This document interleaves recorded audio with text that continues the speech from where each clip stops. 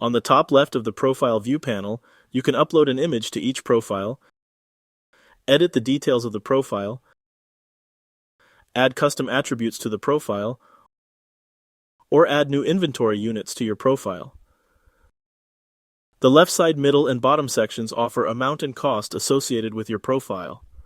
The left middle section displays the total number of new units in your inventory. It also shows your alert and ordering settings for low and target quantities. The bottom left section shows the cost amounts for the selected profile.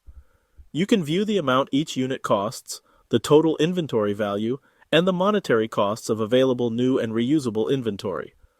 The right side section provides an item number, CAM ID, and location for every unit available under each profile. The item number is a combination of the manufacturer's barcode and an internal numbering system for all added inventory per profile.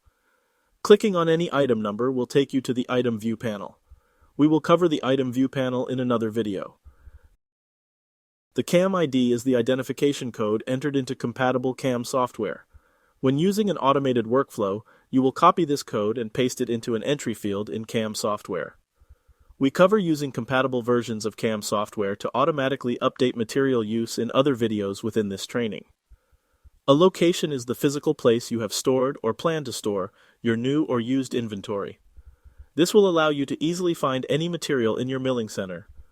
Clicking on a location in this list will open the location and show the list of materials stored there.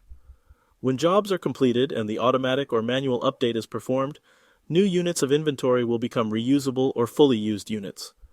Reusable units will capture a percentage of utilization from the CAM software. The percentage used offers an estimate of how much material is left for additional jobs. These details are meant to help you get the most use out of all your CAD/CAM materials while locating them with ease.